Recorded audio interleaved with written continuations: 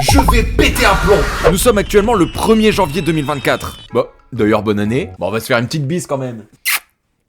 Et qui dit 1er janvier, dit seulement 2 mois après ma vidéo sur les animés de l'automne. L'automne qui, rappelons-le, a été une saison des plus jouissives qui soit. Il y avait tellement de trucs à regarder que j'ai même envoyé chier mon patron pour pouvoir être à jour sur toutes les sorties. Ah non mais dites-vous que j'étais tellement à fond dans les animés saisonniers que j'ai totalement proscrit ma vie sociale en fait. Ouais enfin faudrait déjà en avoir une pour la proscrire. Noël, je l'ai fait en regardant un animé de saison. Nouvel an, je l'ai fait en regardant un animé de saison. Et vous savez c'est quoi le pire dans tout ça? C'est que j'ai à peine eu le temps d'en finir 3. Et du coup, après avoir seulement barré 3 titres sur ma liste, dont un qui était pas censé se trouver là d'ailleurs, mais que je regrette pas d'avoir regardé pour autant, bah que je réalise que la saison hivernale est déjà sur le point de commencer, et qu'avec elle, c'est presque 40 nouveaux animés qui débarquent. Je suis destiné à rester enfermé plus longtemps que Natasha Kampusch. Mais vu que j'ai pas envie d'être le seul à ne plus sortir de chez moi et à n'avoir comme seul ami mes morpions à force de ne plus prendre de douche, et ben je vous emmène avec moi sur la voie de l'ermitage. Il est trop tard pour fuir. Donc sans plus tarder, découvrons ensemble les animés de l'hiver 2024.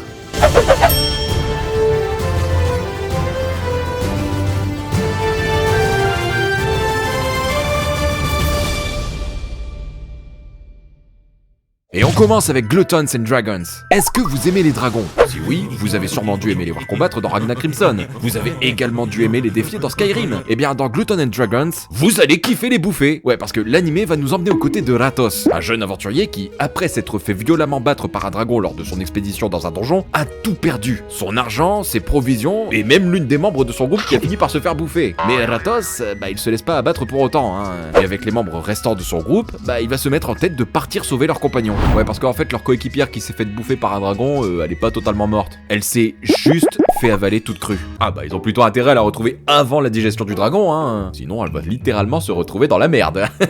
Putain, mais il en est fier en plus de sa blague, ce con. Le souci, c'est que sans provision, partir en mission de sauvetage, c'est la mort assurée, hein. C'est pourquoi Ratos et ses compagnons se mettront en tête de bouffer absolument tout ce qu'ils trouveront en route. Slime, basilisque et même des dragons. Rien n'arrêtera cette bande de héros, prêts à tout pour retrouver leur ami. Vous le sentez venir l'animé qui va nous donner la dalle à chaque épisode, là? Alors qu'on vient tout juste de se défoncer le bide pendant les fêtes? Ouais.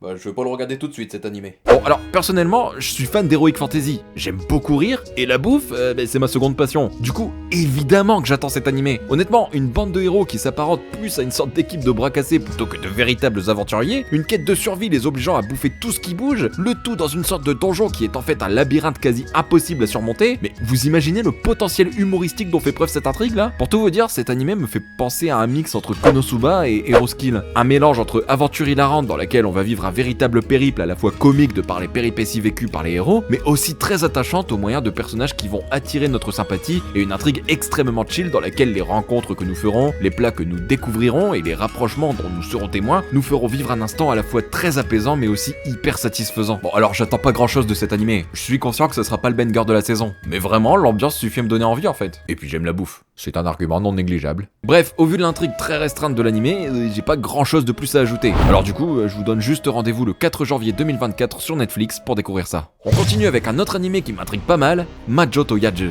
L'histoire nous emmène dans un monde où la sorcellerie existe. Une sorcellerie qui est tolérée tant qu'elle n'est pas utilisée à des fins néfastes. Le truc c'est que, ça a beau ne pas être autorisé, il y en a qui le font quand même. Du coup, pour éviter tout débordement, une organisation spéciale a été créée dans le but d'intervenir et de contrer toute personne qui se présenterait comme une menace pour la population. Cette organisation est appelée l'Ordre de l'Écho Noir. Guido et Achaf sont tous les deux membres de cette organisation. Tous deux opèrent en duo et réalisent ensemble les missions qui leur sont confiées. C'est d'ailleurs à l'occasion d'une nouvelle mission que le duo est envoyé dans une ville qui, apparemment, serait sous l'emprise d'une sorcière. Attendez, c'est à Paris que ça se passe cette histoire ou... Bon alors pour Achaf, cette mission, c'est la routine, hein. Lui, il se contente juste d'effectuer le boulot qu'on lui donne et basta. Par contre, Guido, elle, c'est plus compliqué. Ouais, parce que faut savoir que quand elle était plus jeune, elle a été maudite par une sorcière. Et du coup, à cause de ça, elle a développé un côté très sauvage, voyant ainsi en chaque mission qui lui sont confiées une occasion de retrouver cette fameuse sorcière afin de se venger d'elle. Et pour ce faire, Guido, elle est prête à tout, hein, même à poutrer chaque personne qui se mettra en travers de son chemin, que ce soit un ennemi ou même un allié. Bon, alors, j'ai toujours beaucoup aimé les sorcières, sauf ma belle-mère. Mais ce que j'aime encore plus, ce sont les histoires de vengeance. Et là, on est clairement dans ce genre d'histoire en fait. Rien qu'en voyant la bande-annonce, on se rend compte à quel point l'histoire va être explosive. Que ce soit les combats complètement dingues, la haine permanente qui règne dans le regard des personnages, ou même cette ambiance très sombre dans laquelle l'histoire baigne en permanence. Ce qui me plaît aussi dans cet animé, c'est que, en faisant des recherches dessus, j'ai appris que l'histoire ne se focaliserait pas uniquement sur une sorte de chasse aux sorcières répétitive. Non, tout au long de l'histoire, on va nous proposer de multiples intrigues très diversifiées et franchement plaisantes à découvrir, telles qu'une enquête sur un tueur en série, des révélations inattendues sur le passé des super-héros, des créatures monstrueuses à défier, etc. etc. En gros, d'après ce que je comprends, l'anime promet beaucoup de rebondissements, ce qui, disons-le, peut permettre une narration dynamique et donc au final éviter tout ennui possible. Ou éviter tout scénario farfelu à base de sorcières et de lune.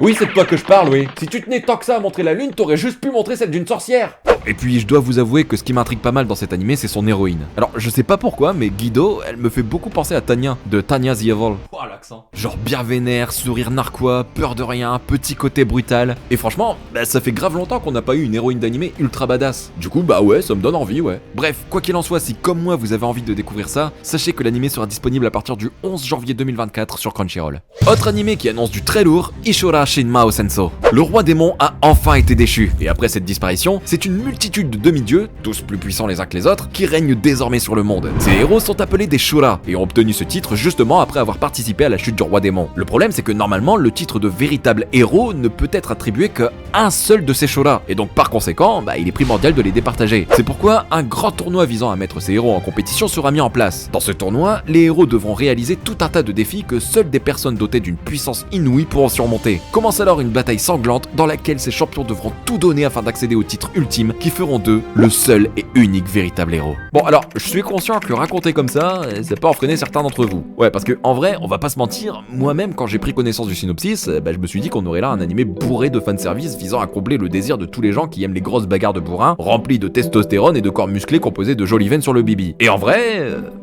c'est exactement ça. Cependant, je vais pas vous mentir, cet animé cache un énorme potentiel. Déjà parce que ce qu'il faut savoir, c'est que chaque personnage qu'on croisera possédera une particularité unique qui le démarquera totalement de ses ennemis. Par exemple, on va pouvoir croiser une fille capable de manier 3 armes légendaires en même temps, un assassin capable de donner la mort instantanément, ce qui s'appelle du cheat, on va pas se mentir, un sorcier tout puissant doté de la capacité de donner la vie à ses propres pensées, et même un maître escrimeur capable d'éliminer ses adversaires en un seul coup, et qui apparemment sera le héros principal de l'histoire, soit dit en passant. Et deuxième chose qu'il faut savoir, c'est que apparemment, aucun de ces héros n'est intouchable.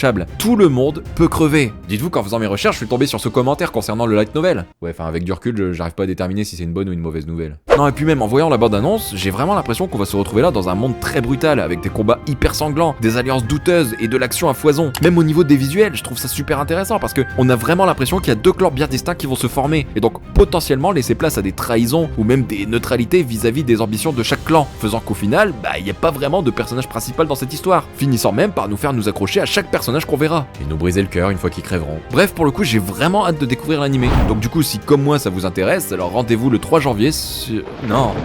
Non, pitié, pas ça, non. Bon rendez-vous sur Disney+, du coup. Et vu que Disney+, s'en bat les pruneaux de leurs animés, n'hésitez pas à partager la nouvelle dans votre entourage, Putain, obligé de faire leur taf à ceux-là. On passe maintenant à un animé qui me laisse très perplexe, Matosehei no Slave. L'histoire nous emmène au Japon. Jusque-là, rien de nouveau. Depuis plusieurs années, le pays du soleil levant est menacé par une dimension mystérieuse nommée Mato. Une dimension qui est infestée de monstres dévastateurs connus sous le nom de Shoki. Mais avec cette dimension est apparu un fruit étrange aux propriétés surnaturelles uniques. Ouais, parce que apparemment, en réalité, ce fruit serait capable de conférer des pouvoirs magiques. Le truc, c'est que seules les femmes peuvent obtenir ces pouvoirs. Comme par hasard. Et les hommes dans tout ça, me demanderez-vous? Cuisine! Un animé qui va plaire aux féministes. Mais malgré ça, il existe un homme qui se démarque des autres. Yuki Wakura, un jeune garçon qui, après avoir terminé ses études, se retrouve soudainement à Mato. Incapable de s'échapper, le garçon comprend alors qu'il va mourir. Enfin, ça, c'est ce qu'il croyait. Puisque, au moment où il allait y passer, une jeune femme en tenue de milice viendra le sauver. Cette fille est en fait Kyoka Uzen, la chef de la 7ème unité du corps anti-démon. Kyoka et Yuki se retrouvent alors dans une situation de vie ou de mort. Et afin de s'en sortir, Kyoka n'aura d'autre choix que d'utiliser Yuki afin d'améliorer ses pouvoirs, en faisant son esclave. Bon, pour une fois, on va changer de méthode un petit peu là. Je vous propose d'ausculter le visuel de l'animé pour établir notre avis. Alors, voyons voir. Waifu.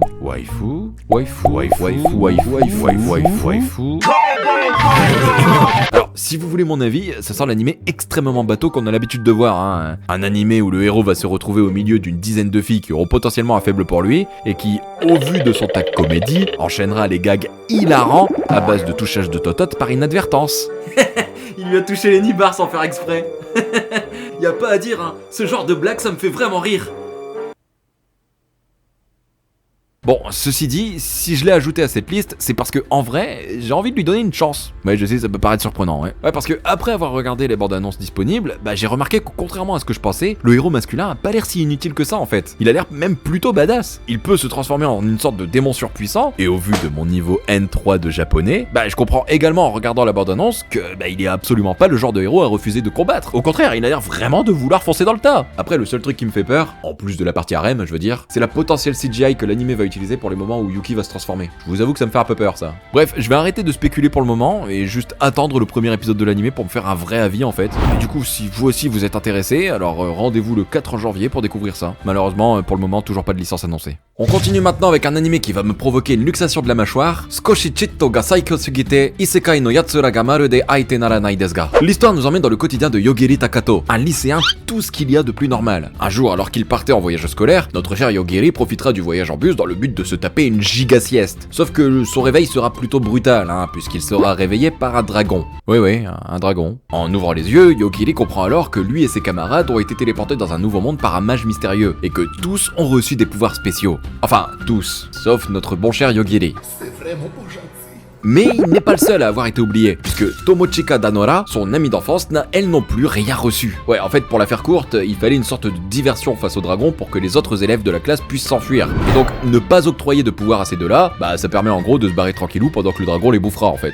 Ah bah c'est calé fourbe cette mage, hein. Bon alors, Yogiri, en vrai, il s'en fout totalement de mourir, vraiment. Mais vu que Tomochika, elle, est apeurée par la situation, bah en tant que bon prince, il décidera de s'interposer pour la protéger. Réaction tout à fait réaliste.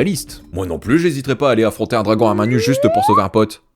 Et c'est à ce moment qu'il comprendra qu'en fait, lui aussi possède bel et bien une capacité unique. Et pas n'importe quelle capacité, Non, parce que sa capacité à lui permet d'infliger une mort instantanée à ses adversaires par la simple force de la pensée. Alors, on en a eu des animés avec des héros ultra cheatés, c'est pas nouveau. Mais là, c'est d'un tout autre niveau.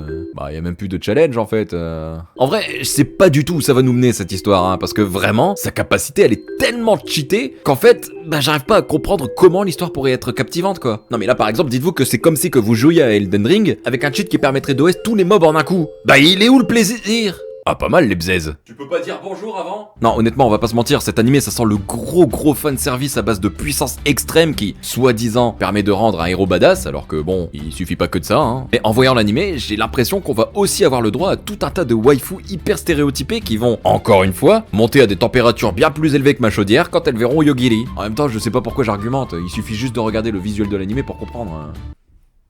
Vous avez pas comme une impression de déjà vu? Ce sont les mêmes photos.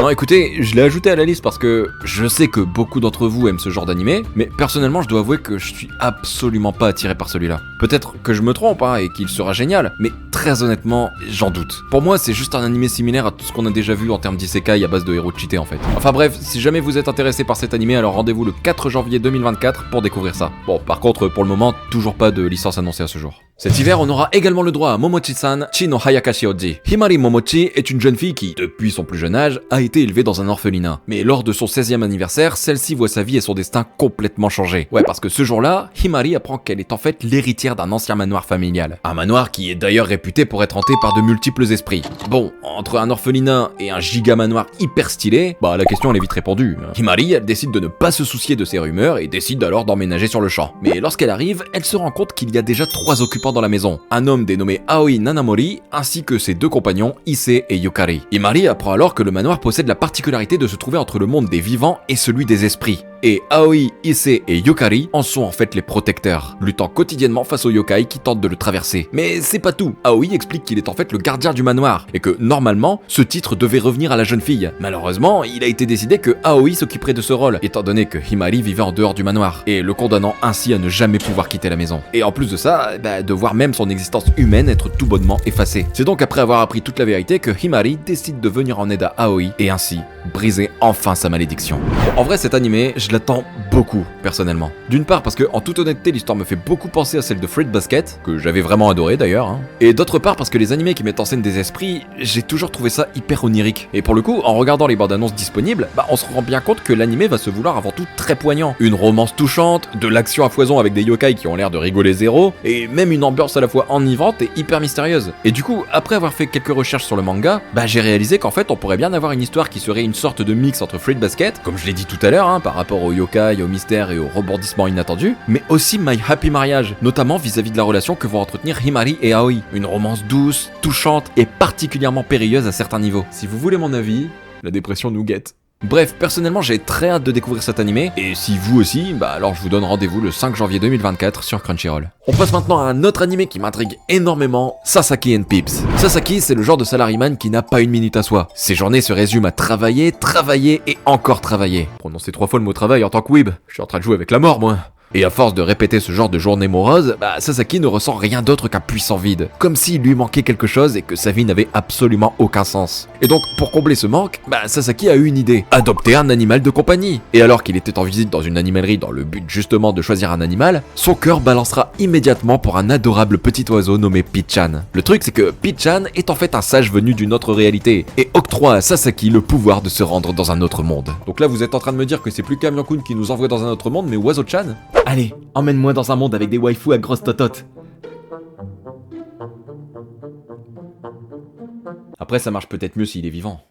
Sasaki voit alors en cette occasion de recommencer une nouvelle vie. Une vie où il pourra profiter pleinement de ses nouveaux pouvoirs. Sauf que ce qu'il ignore, c'est que beaucoup de monde, et pas forcément des gens bienveillants, semblent beaucoup s'intéresser à lui. Bon alors, je sais ce que vous allez me dire. Oh waouh, un isekai! Ça fait trop longtemps que j'en ai pas vu. Je déconne. Il y en a 35 000 chaque saison, ça me pète les couilles. Et en vrai, vous avez raison. Non mais c'est vrai, les isekai, chaque année, on les compte pas sur les doigts d'une main. À moins que vous soyez né à Tchernobyl. Mais là, pour être honnête, j'aime beaucoup le pitch de départ en fait. Suivre un homme d'âge moyen qui, contrairement à 98% des isekai, n'est pas un ado complètement idiot, un homme qui n'a absolument aucune réelle attache à la vie, découvrir un nouveau monde mais en plus de nouvelles facultés magiques, et en vrai, je pense que ça peut donner un animé assez conséquent en termes d'aventure, puisque là, le but n'est pas d'être invoqué dans un monde pour combattre une menace, mais bien de se téléporter dans un nouveau monde pour changer de vie. Et ça, selon moi, c'est une nuance plutôt importante à prendre en compte, parce que ça nous annonce directement qu'on va pas suivre un combattant, mais juste un homme comme un autre, un simple travailleur qui découvre un nouveau monde, quelqu'un comme vous et moi. Ah non, moi je suis youtubeur, ça compte pas. Et même au-delà de ça, j'ai vraiment envie de découvrir toutes les spécificités de ce monde en vrai. Comment Sasaki, qui ne connaît que notre monde contemporain, va pouvoir s'adapter à une nouvelle vie qui semble bien plus médiévale. Qui sont les gens qui en veulent à Sasaki? Et surtout, quels sont les pouvoirs dont il a hérité, en plus du fait de pouvoir voyager entre les mondes. Non vraiment, encore une fois, je pose peut-être trop d'espoir sur cet animé, parce que rappelons tout de même que ça reste un isekai, mais franchement, j'ai envie d'y croire. Du coup, si vous aussi vous êtes intéressé par cet animé, alors rendez-vous le 5 janvier sur Crunchyroll. On continue avec un autre isekai, parce qu'une saison 132 000 isekai, c'est pas une vraie saison. Kekkon Yubiwa Monogatari. Sato est un jeune garçon qui, 10 ans plus tôt, a fait la rencontre d'une mystérieuse et charmante jeune fille nommée Hime. Cette dernière est en réalité une princesse toute droit venue d'un autre monde, et maintenant qu'elle a passé 10 ans dans le monde de Sato, elle s'apprête enfin à retourner dans le sien. Le problème, c'est qu'en 10 ans, il s'est passé des choses, notamment le fait que Sato est éperdument tombé amoureux de Hime. C'est pourquoi, il refuse de la laisser partir sans lui avouer ses sentiments. Il a quand même tenu 10 ans le bougre. Ah, la friendzone. Un fléau dont on parle pas assez. C'est alors que, bien décidé à lui avouer ce qu'il a sur le cœur, Sato suivra Hime à travers le portail censé la renvoyer dans son monde. Mais problème, le jeune garçon apparaît en plein milieu d'une cérémonie de mariage. Et devinez qui elle a marié? Oui, c'est bien Hime. Lui, si vous voulez mon avis, c'est pas Sato qu'on aurait dû l'appeler, mais Rato. Ok, j'ai compris, je prends la porte. Putain, je vais te péter ma lampe.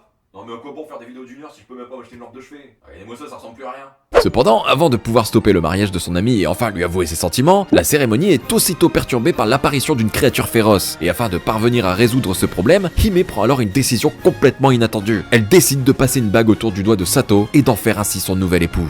Ça, c'est mon champion! Et cette alliance, elle est spéciale. Ouais, parce qu'elle permet par la même occasion de conférer une puissance inouïe à Sato, lui permettant ainsi de vaincre le monstre. Mais ce qu'ignore Sato, c'est que désormais, il est chargé de sauver le royaume. Et que, pour ce faire, il va devoir partir à la conquête de 4 autres anneaux afin d'obtenir la puissance nécessaire pour vaincre la menace. Le truc, c'est qu'il obtiendra ces 4 anneaux en épousant 4 autres princesses. Oh putain, on y était presque. Oh bordel, j'y ai cru. Ah, on est passé à ça de l'isekai intéressant avec un héros pété et sans harem, dis donc. Mais qu'est-ce que je suis naïf?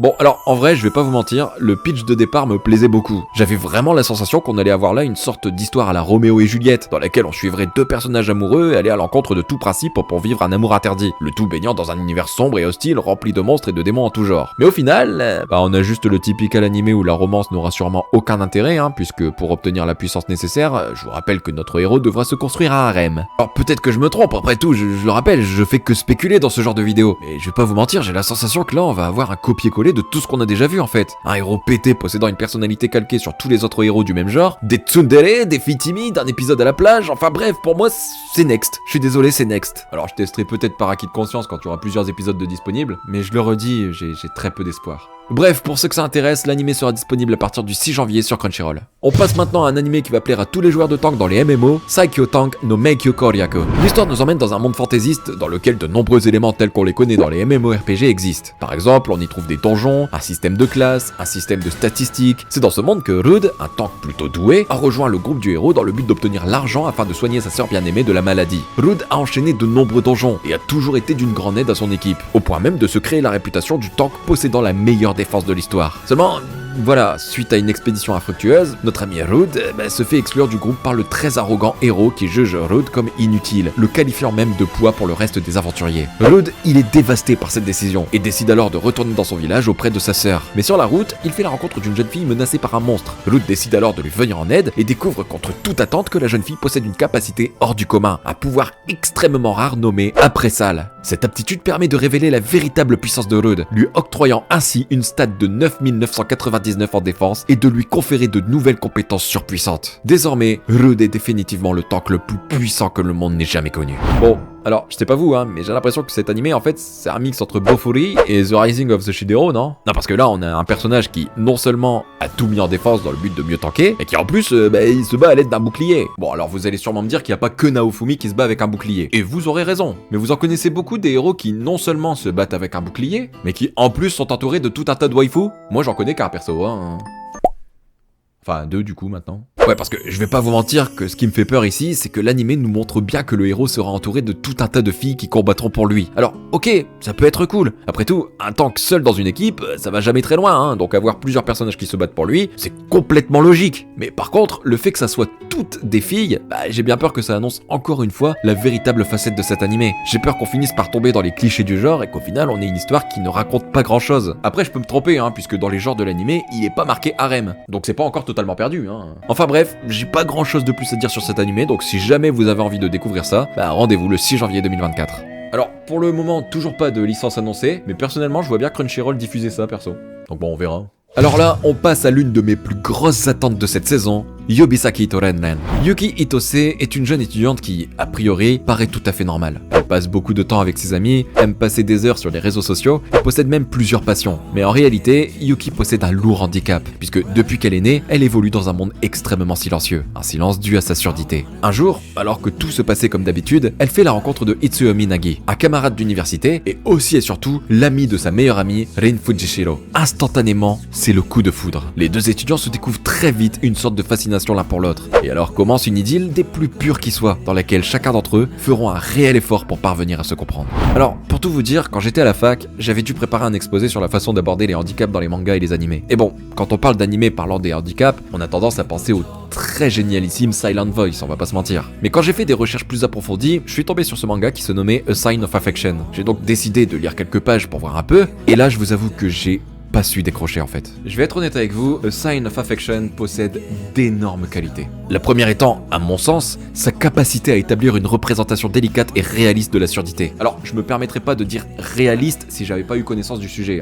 Sachez que je suis moi-même sorti avec une fille qui possédait une réelle surdité, donc j'ai été témoin de la difficulté de ce handicap. Yuki utilise la langue des signes pour communiquer, et le manga explore les défis et les joies de naviguer dans un monde principalement orienté vers les entendants. Son interaction avec Itsuomi, qui s'intéresse sincèrement à elle et cherche à communiquer avec elle dans sa langue, j'ai trouvé ça à la fois hyper rafraîchissant et véritablement émouvant en fait. Pour moi, le manga se distingue également de par son approche de la romance. Au lieu de se concentrer uniquement sur les difficultés, il montre aussi la beauté des relations qui s'épanouissent malgré leurs différences. La dynamique entre Yuki et Itsuomi est vraiment empreinte d'une compréhension mutuelle et d'un respect qui donne une profondeur supplémentaire à leur relation. Bref, l'animé sera disponible à partir du 6 janvier sur Crunchyroll, et en plus, on me dit dans l'oreillette qu'il y aura également une version française de prévue. Alors du coup, je sais pas ce qu'il vous faut de plus, On passe maintenant à un animé qui va sûrement beaucoup nous faire rire, Kyujitsu no Warumono-san. L'animé nous emmène aux côtés de Monsieur Méchant. Et non, ce n'est pas un personnage de Monsieur Bonhomme. Monsieur Méchant, c'est un alien humanoïde qui fait partie de la Ligue du Mal, organisation maléfique dont l'objectif est d'envahir la Terre et de réduire à néant l'humanité. Chaque jour qui passe, il lutte contre les Rangers, les défenseurs de la planète représentés par Red Akatsuki.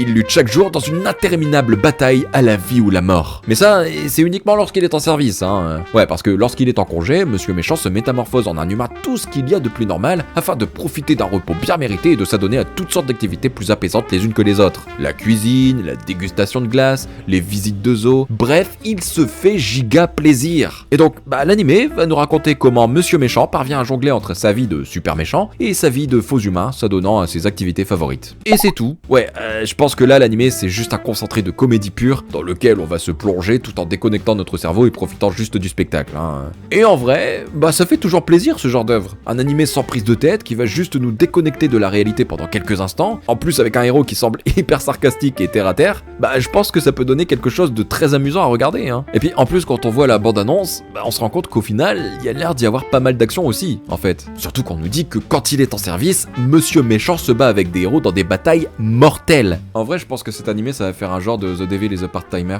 mixant des phases slice of life hyper drôles et quelques phases d'action hyper plaisantes à découvrir, mais sans réel fond dramatique. Non, écoutez, je suis jamais contre un petit animé à humour complètement barré, alors du coup, je l'attends celui-là. Quoi qu'il en soit, l'animé est prévu pour le 7 janvier 2024, mais pour le moment, toujours pas de licence annoncée. On continue avec Loop Nanakaime no Akuyaku Reijo wa Moto Tekikoku de Jio Kimamana Hanayome Seikatsu o Mankitsu Suru. Nous suivons Riche, une fille issue d'une famille plutôt aisée. On peut donc dire qu'elle est riche. Le problème, c'est que Riche, elle est coincée dans une boucle temporelle. Ouais, en fait, cette boucle démarre lorsque l'annulation de ses fiançailles est proclamée et se termine au moment de sa mort. Une mort prématurée, puisque Riche n'a que 20 ans. À cause de cette boucle temporelle, Riche, elle a vécu plusieurs vies, Elle a essayé le métier de marchande, d'apothicaire et même de servante. Mais alors qu'elle s'apprête à entamer sa 7ème vie, elle se dit que, pour une fois, elle ne va se contenter que de profiter de sa vie en se prélassant. Le truc, c'est que rien ne va se dérouler comme prévu, puisque à peine s'être échappée du château familial pour entamer sa nouvelle vie, qu'elle est abordée par un dénommé Arnold, le prince héritier de l'empire de Galken, et accessoirement l'homme qui l'a tué lors de sa précédente vie de chevaleresse. Et contre toute attente, Arnold avoue ses sentiments à Riche, la demandant ainsi en mariage. C'est alors que commence la 7ème vie de Riche, qui est loin de s'imaginer ce qui l'attend. J'ai toujours plutôt été fan des histoires de boucles temporelles. En vrai, c'est hyper intéressant de voir des héros vivre et revivre toujours la même chose tout en sachant d'avance ce qui va arriver. Ça permet d'explorer toutes les possibilités possibles et de donner des héros qui ne sont pas particulièrement attachés à leur image, puisqu'au final, ils savent qu'ils recommenceront la boucle quoi qu'il arrive. Mais en général, dans ces histoires, à quelques exceptions près, c'est toujours la journée qui est sujet à une boucle temporelle. Sauf qu'ici, Riche est différente de ce genre de héros, puisque elle profite de cette boucle, non pas pour changer son destin, mais surtout pour explorer multiples possibilités. Et en vrai, je trouve que ça peut être hyper cool à découvrir, puisque techniquement, Riche a acquis beaucoup d'expérience au cours de toutes ses vies, tout en parvenant à contrôler le cours des choses pour qu'ils aillent en sa faveur. Et là, le fait qu'elle arrive dans une boucle qu'elle ne peut absolument pas contrôler,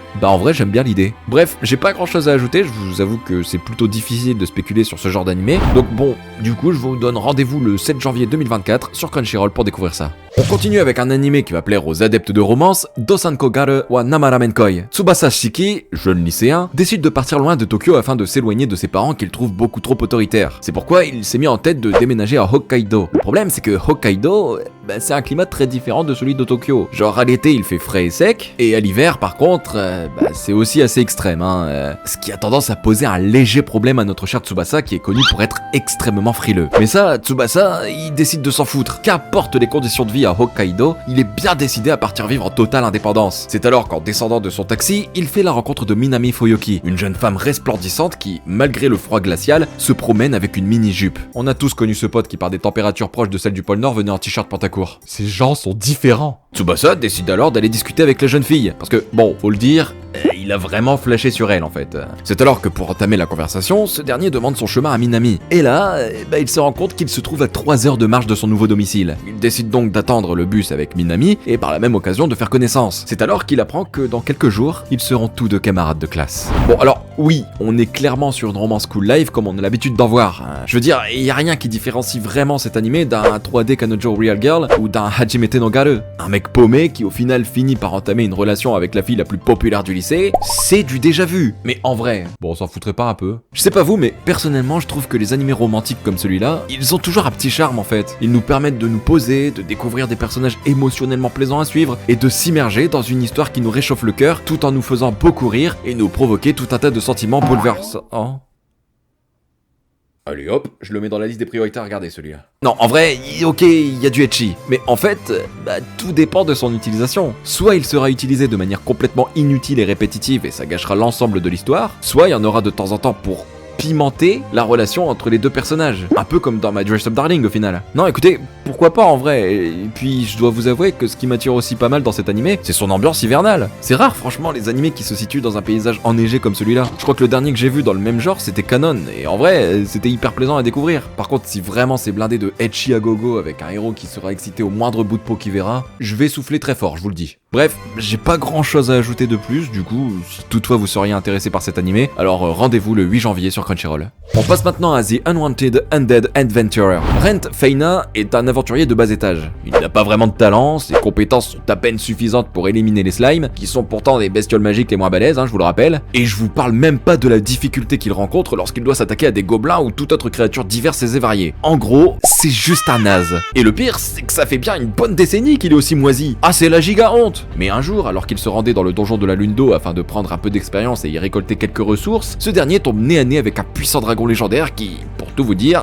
n'avait rien à faire là. Et c'est là que Rent va prouver qu'en fait, il est vraiment naze, puisqu'il se fera bouffer tout cru en seulement quelques secondes. Mais peu de temps après, Rent finit par se réveiller, se rendant compte qu'en fait, il n'est pas vraiment mort. Enfin, ceci dit, il n'est pas non plus très vivant, puisqu'il est littéralement devenu un squelette. Il comprend également que cette nouvelle apparence lui permet de bénéficier d'une nouvelle compétence normalement réservée aux monstres, une compétence appelée l'évolution substantielle. Mais malgré sa nouvelle force, Rent souhaite avant tout redevenir un humain, et se lancera alors dans une grande épopée afin de parvenir à ses fins. Bah écoutez, ça fait 10 bonnes minutes que j'essaie de trouver un truc à dire sur cet animé, histoire de vous partager ce que j'en pense. En vrai, j'en pense rien pour être honnête. Non vraiment, y a rien qui me vient tellement le scénario, on va pas se mentir, est ultra bateau. Un héros nul à chier qui d'un seul coup devient extrêmement pété et qui visiblement va se retrouver entouré d'un harem. Que voulez-vous que je vous dise? Ça peut être bien, comme ça peut être complètement naze. À la rigueur, ce qui peut vraiment différencier cet animé d'un autre du même genre, c'est l'apparence du héros. Le fait d'avoir un héros possédant une apparence plutôt menaçante, ça peut jouer vis-à-vis de ses relations avec les autres. Par exemple, dans Overlord, l'aspect physique d'Aizengon inspire la crainte chez ses ennemis, et même ses alliés parfois, soit dit en passant. Du coup, ouais, je pense que ça, pour le coup, ça peut vraiment créer une sorte de dynamique intrigante où Rent doit faire face non seulement aux défis physiques de son nouvel état, mais aussi aux préjugés et aux peurs des autres. Mais au-delà de ça, je vois pas comment l'animé pourrait être original en fait.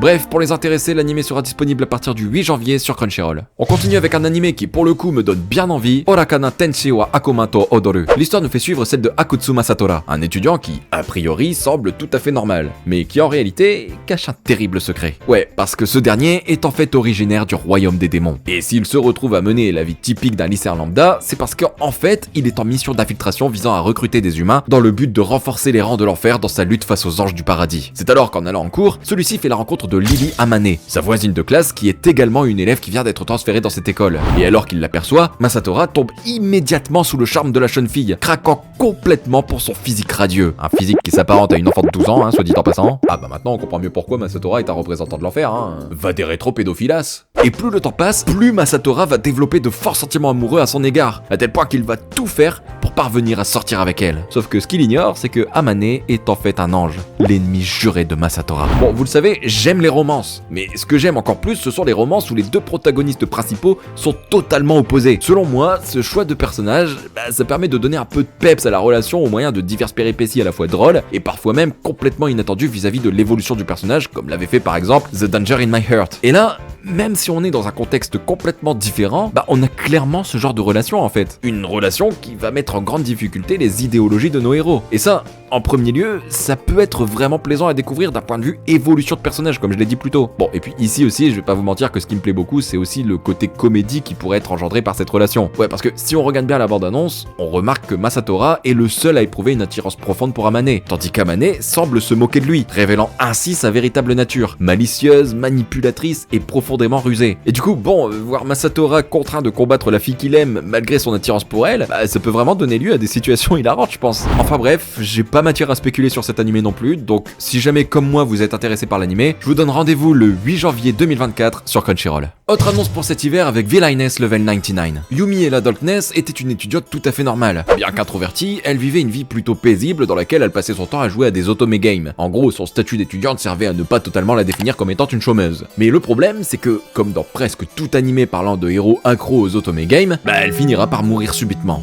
Ah bah tu développes un otome game au Japon, t'es poursuivi pour homicide involontaire, hein. Mais contre toute attente, ou pas, celle-ci se réincarnera dans un otome game. Ah bah on l'avait pas vu venir celle-là. Ouais, après sa mort, Yumiella est devenue le boss caché d'un jeu otome. Un boss si puissant qu'elle pourrait tuer n'importe qui. Le fait est que défier les gens, bah ça l'intéresse pas du tout en fait. Elle, ce qu'elle veut, c'est vivre une vie paisible. Une vie dans laquelle elle pourra se la couler douce. Ouais, parce que après tout, comme le dit si bien le proverbe, qu'importe la dimension, pour un chômeur ne rien branler, c'est le bonheur. Attends, mais tu viens carrément de l'inventer. Non. Enfin bon, quoi qu'il en soit, quand vous lâchez un gamer dans un univers semblable à son MMORPG, bah y a de fortes chances pour que son instinct de tryharder se manifeste, hein. Et effectivement, c'est ce qui est arrivé à Yumiella, puisqu'en voyant cet univers si riche et étendu, elle ne pourra résister à l'idée de s'investir dans ce nouveau monde, et ainsi, sans vraiment le vouloir, atteindre le niveau 99. Et ça, bah c'est une nouvelle qui va effrayer de nombreuses personnes, hein, au point même de répandre la rumeur comme quoi Yumiella serait le seigneur des démons, ce qui, pour le coup, va totalement compromettre les plans de la jeune fille de mener une vie paisible. Bon, alors si je devais résumer cet animé en une musique, je choisirais...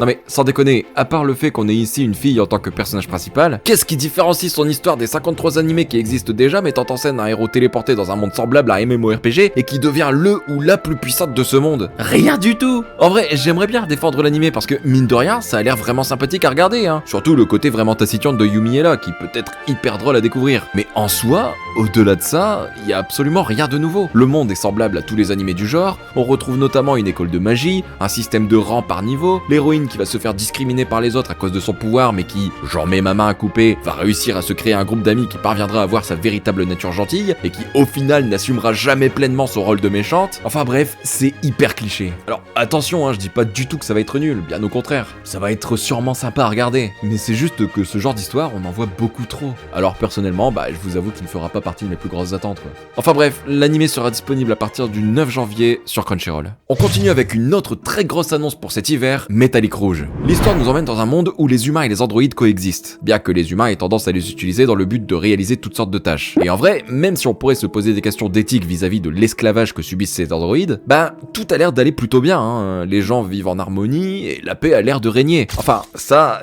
c'est ce qu'on veut nous faire croire, puisqu'en réalité, il existe 9 androïdes considérés comme extrêmement hostiles pour l'humanité. Des androïdes qu'il faut éliminer à tout prix. Pour ce faire, l'humanité a demandé à 2 robots de se charger de cette tâche, Rouge et Naomi. La mission des 2 androïdes est simple, se rendre sur Mars et trouver ces 9 robots afin de les buter. Bon, alors je sais que les histoires basées sur les androïdes, c'est pas forcément votre truc, hein. Ah bah dites pas le contraire, hein, j'ai eu la preuve quand j'ai fait ma vidéo sur Pluto. Non, votre truc à vous, visiblement, c'est plus les nibards, hein. En vrai, moi je pense que Métallique Rouge, ça peut être une énorme dinguerie, franchement. D'une part parce que, au vu de la bande-annonce, bah ça a l'air de péter de partout, mais aussi et surtout parce que les histoires qui parlent de cohabitation entre les humains et les androïdes, bah ça m'a toujours fasciné pour être honnête. Mais ce qui me plaît bien aussi dans cette histoire, c'est le fait d'avoir 2 héroïnes qui, visiblement, semblent être le pivot émotionnel de l'intrigue, promettant une exploration riche de leurs relations et des dilemmes moraux auxquels elles seront confrontées, surtout lorsqu'il s'agira d'éliminer d'autres androïdes. Un duo de personnages qui, à première vue, est non sans me rappeler le duo formé par Chisato et Takina dans Licorice Recoil, à la différence que là, Rouge et Naomi ont l'air bien plus bourrins quand même. Enfin bref, je pense que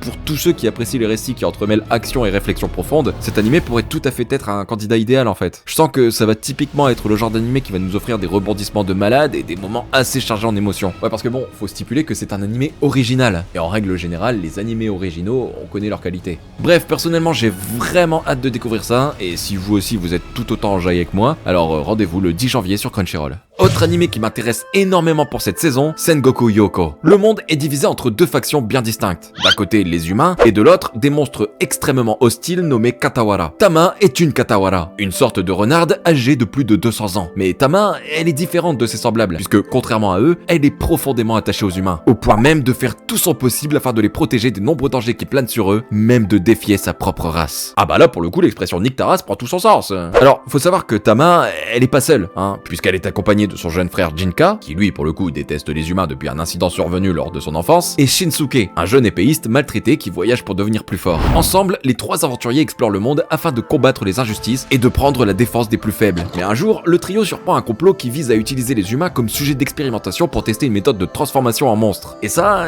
ça plaît pas du tout à notre trio, qui n'hésitera d'ailleurs pas une seule seconde à se dresser contre une armée entière dans le but d'empêcher ce plan épouvantable. Bon, alors là, on est clairement sur l'une de mes plus grosses attentes de la saison. Rien qu'en regardant la bande-annonce, on comprend direct que ça va être une aventure des plus palpitantes qui soit en fait. Des pouvoirs magiques, des héros torturés, une bande d'aventuriers avec tout un petit quelque chose qui les rend plutôt uniques. Je dis ça parce que j'ai été lire le manga pour me faire un avis. Ouais, la patience je connais pas, excusez-moi. Et en vrai, je peux vous dire que l'histoire est vraiment prenante en fait. Là, on se situe dans une sorte de temps des samouraïs, mêlé à de la fantaisie à la fois envoûtante et terriblement émouvante. Les décors sont somptueux, les idéaux des personnages sont franchement nobles, l'aventure est vraiment immersive, et franchement, il y a quelques petites choses pas mal inattendues en fait, comme par exemple une petite romance qui raviront les fans du genre. Mais ce qui est exceptionnel avec cette adaptation, c'est que là on nous promet pas 12 épisodes, on nous promet pas non plus 24 épisodes, mais bien 37 épisodes. Ce qui veut dire qu'on aura 3 saisons adaptées en une seule. Ce qui veut aussi dire que si on a un épisode par semaine, l'animé se terminerait aux alentours du 25 septembre. Cet animé va nous suivre pendant presque une année. Je sais pas si vous vous rendez compte. Ah bah merde, ça veut dire que ma review sortira en fin d'année ça.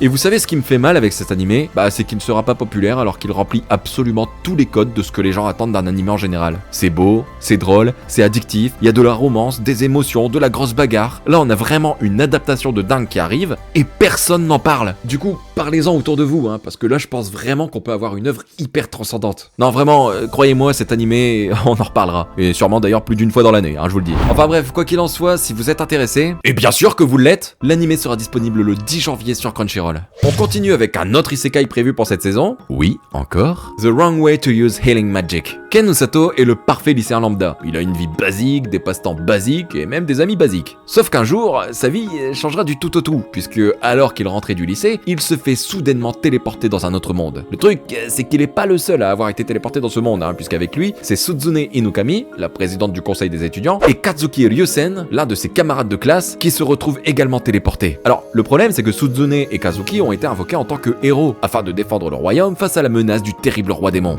Ah bah tiens, je m'en serais pas douté de ça, dis donc. Ah, c'est original, Par contre, Ken, c'est juste un simple dommage collatéral en fait. Il sert à que dalle. Mais genre vraiment, personne n'en veut. Ouais, parce que bon, il a été invoqué par erreur. Mais le problème dans tout ça, c'est qu'il a été invoqué par erreur. Certes, mais il peut même pas repartir dans son monde en fait. Il est condamné à rester là, sans pouvoir, sans rien. Il aurait pas l'impression de s'être fait Ken. Les gens disent que je suis drôle. Parfois. Ta gueule. Bon Ken, il est dégoûté, vous vous en doutez bien. Mais bon, du coup, n'ayant pas d'autre choix, la seule possibilité qui s'offre à lui, c'est d'entamer une nouvelle vie tranquille dans ce nouveau monde. Sauf que contrairement à ce qu'on pourrait penser, Ken, il est pas si inutile que ça en fait. Ouais, parce que ce dernier découvre qu'il possède en réalité un pouvoir de soin extrêmement puissant, tellement puissant qu'il pourrait bien sauver le monde. C'est donc à ce moment qu'une dénommée Rose, qui prétend être la chef des guérisseurs, surgira devant Ken afin de l'emmener subir un entraînement intensif afin de l'aider à maîtriser ses pouvoirs. Bon, alors, c'est un peu le troisième isekai de la vidéo, donc j'avoue, on commence à souffler fort. En plus, on a absolument tous les clichés du genre dans cet animé. La téléportation spontanée dans un autre monde, le héros qui est lamentablement rejeté, le roi démon, le pouvoir caché, c'est ultra bateau. Ceci dit, vous savez ce qu'on n'a pas dans cet animé ? Pas de harem et pas de ecchi. Et ça, croyez-moi, c'est un point non négligeable, Non, parce que le fait de ne pas avoir ces genres présents dans l'intrigue, ça veut bien dire qu'on va avant tout se focaliser sur la vraie nature du pouvoir du héros. Je veux dire, en regardant la bande-annonce, j'ai vraiment l'impression qu'il n'y a pas de fioriture inutile. Là, on rentre directement dans le feu de l'action en se focalisant vraiment sur l'entraînement du héros. Un peu comme l'avait fait My Hero Academia avec Midoriya. Et cet arc entraînement, entre guillemets, ça va permettre, je pense, de montrer toutes les spécificités des pouvoirs de Ken, comme le fait de pouvoir se régénérer directement après un coup, le fait de pouvoir se construire une musculature à faire ravir tous les fans de JoJo. Et puis, on va pas se mentir, en vrai, ça a l'air hyper fun. L'humour a l'air vraiment efficace et les interactions entre les différents personnages, franchement, ça a l'air hilarant. Non, en vrai, écoutez, pour une fois qu'on a un isekai qui se montre un peu original, je suis désolé, mais un isekai sans harem ni ecchi, pour moi, c'est original, Perso, je demande qu'à voir, en fait. Du coup, rendez-vous le 5 janvier sur Crunchyroll pour découvrir ça. On passe maintenant à une autre annonce très intrigante pour cet hiver, l'impérieux destin du Dr Elise. L'histoire nous emmène aux côtés de Song Jin-yoon. Vous l'avez compris, c'est une coréenne. Mais surtout, Song Ji-yoon, c'est pas une fille lambda, hein. Non, en fait, elle est l'une des plus grandes chirurgiennes que le monde n'ait jamais connue. Une chirurgienne si douée qu'il est dit qu'elle serait capable de sauver ses patients, même dans les situations les plus critiques. Sauf que, malheureusement, cette vie magnifique qu'elle vit, elle va pas la vivre longtemps, puisqu'après un tragique accident d'avion, elle meurt subitement, se retrouvant ainsi réincarnée en tant que Élise de Clorence. Du coup, vous l'avez compris, elle est plus coréenne. Dans cette vie, Élise,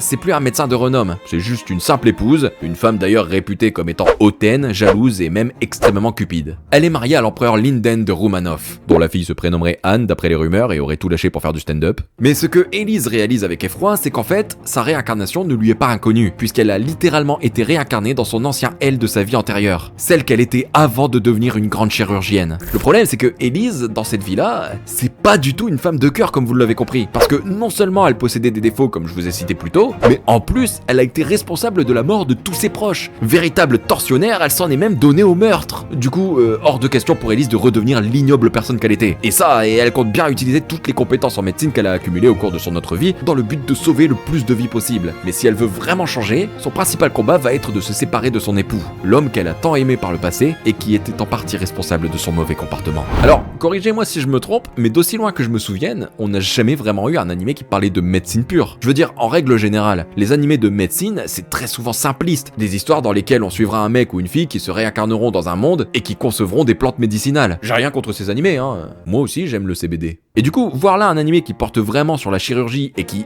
en plus, se passe dans un univers très ancien, je pense que ça peut être vraiment cool à regarder en vrai. Non, parce que faut bien se dire qu'à la base, Élise, elle est devenue chirurgienne dans notre temporalité, avec nos moyens d'aujourd'hui. Du coup, avec un retour en arrière de plusieurs siècles, les moyens sont pas les mêmes, hein. Ah, dans son époque, la gastro, c'est pas les chiottes qu'elle assassine, c'est toi-même. Donc ouais, je pense vraiment que l'avoir essayé de sauver des vies en utilisant les moyens de l'époque, ça peut être à la fois hyper prenant selon les cas qui se présenteront à elle, mais aussi innovant sur le plan médical, puisque là en plus on n'est pas dans un monde fantaisiste, et donc pas question de magie, juste de pratique et de connaissances. Même en dehors de la médecine, j'ai vraiment envie de comprendre pourquoi et comment Élise a été considérée comme une personne abjecte dans son passé. Qu'est-ce qu'elle a fait de si atroce pour être dénigrée à ce point? Et surtout, l'avoir essayé de se sortir de la relation toxique qu'elle entretient. Après, bon, je vois que dans les genres il y a le mot romance. Alors, j'espère vraiment que ce sera pas une histoire hyper gnangnan où Élise arrivera à convaincre le prince que ce qu'il fait c'est pas bien et que après ça, hop, ils deviennent gentils comme par magie. Non, je dis ça parce qu'on les connaît les facilités scénaristiques des japonais. Bref, quoi qu'il en soit, l'animé sera disponible à partir du 10 janvier sur Crunchyroll. On passe maintenant à un animé très mystérieux mais qui donne giga envie, Butchigiri. Bon alors au niveau de l'histoire ça va aller très vite parce qu'en fait on nous en dit très peu. Tout ce qu'on sait c'est que l'histoire va suivre celle d'un certain Arajin Tomobishi, un garçon connu pour être l'ancien meilleur ami de Makatara Asamine, qu'il n'a pas vu depuis bien longtemps. Sauf qu'un beau jour, ils finissent par se retrouver, mais aussitôt le duo est pris à partir dans un conflit entre plusieurs caïds du coin. Arajin et Matakara,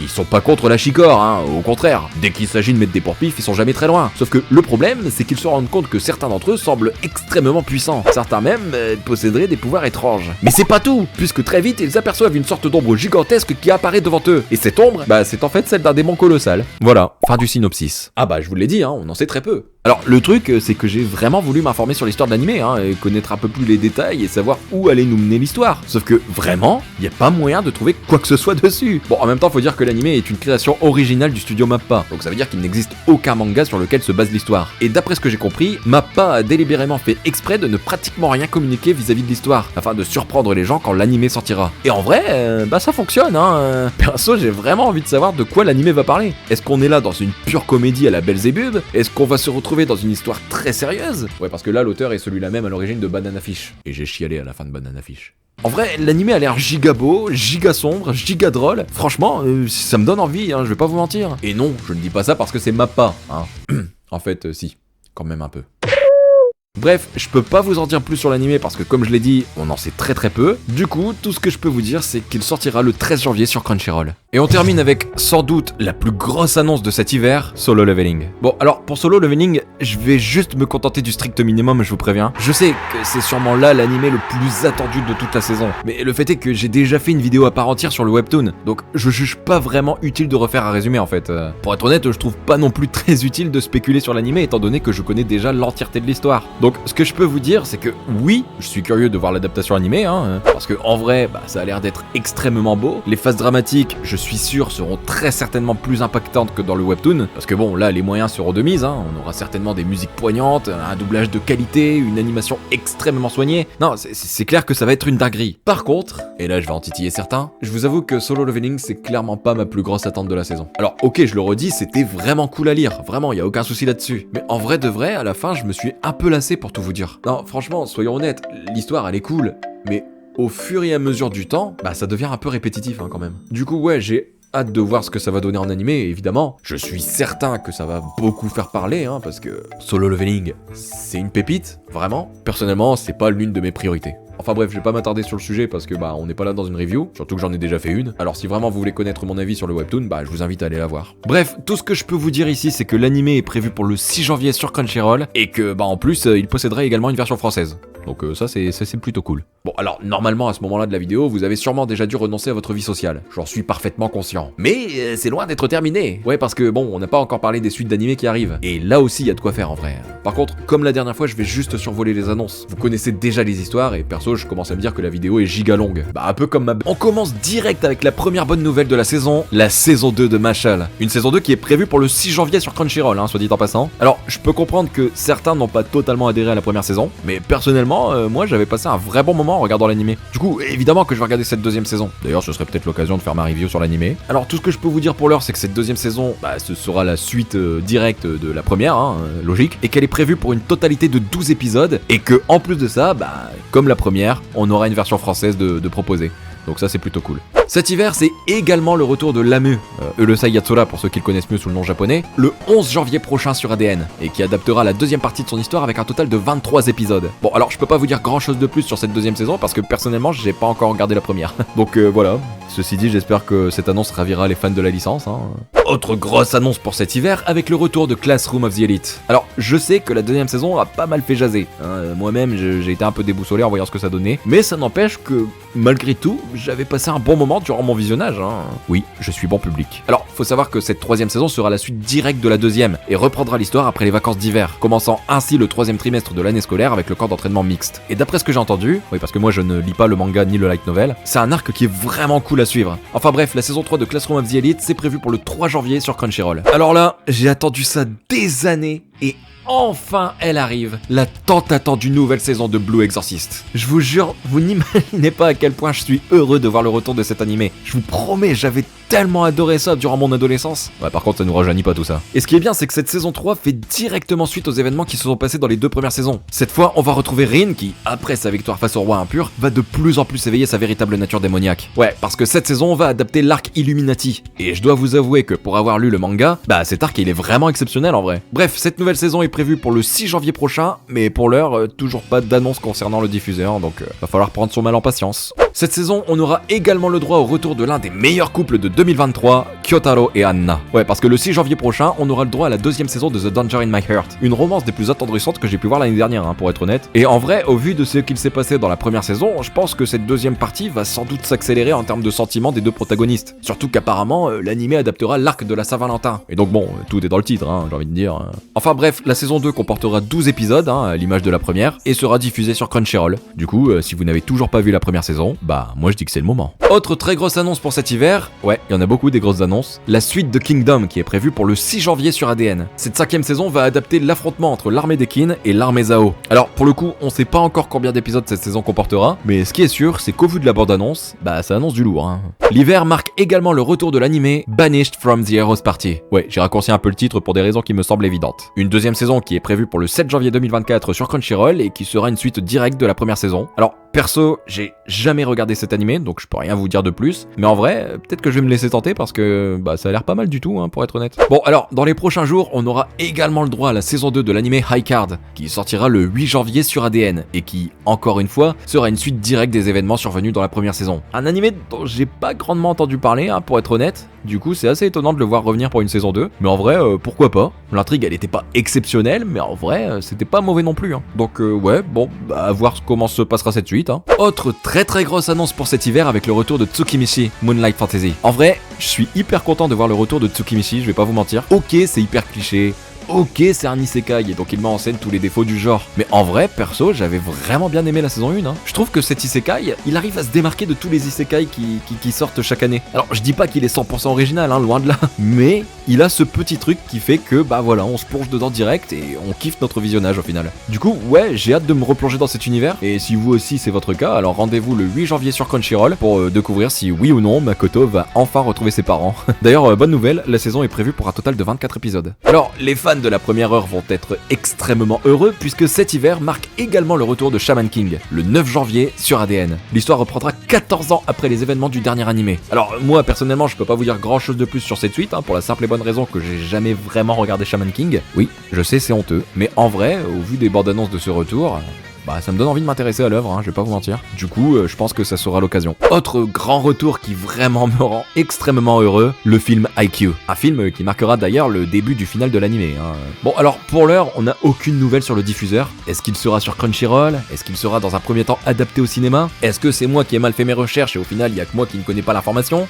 En vrai on sait pas vraiment. Tout ce qu'on sait c'est qu'il est prévu pour le 16 février prochain. Donc ouais, on a le temps. Mais franchement, giga hype pour ce retour, vraiment. Cette saison, on aura également le droit au retour de Bottom Tier Character Tomozoki qui sera diffusé le 3 janvier prochain sur Crunchyroll. Alors perso j'ai jamais regardé cet animé et pour tout vous dire j'avais aucunement connaissance de son existence. Alors du coup je vais peut-être me faire la saison 1 sous peu pour découvrir ça parce qu'en vrai bah ça a l'air plutôt pas mal. Enfin bref, cette saison 2 sera une suite directe de la première saison comme d'habitude et possédera un total de 13 épisodes. Alors là on a une annonce à laquelle je ne m'attendais absolument pas, la suite de l'animé Great Pretender. Ouais, c'est surprenant ouais. Cette suite elle est prévue pour le 23 février et sera diffusée sur Crunchyroll. Et cette fois cette saison se concentrera sur le personnage de Dorothy, une arnaqueuse de génie, ex-amante et partenaire de Laurent Thierry. Et franchement bah, j'ai giga hâte parce que vraiment j'avais kiffé l'animé moi à l'époque. Alors du coup me replonger dans son monde, bah en vrai je signe direct.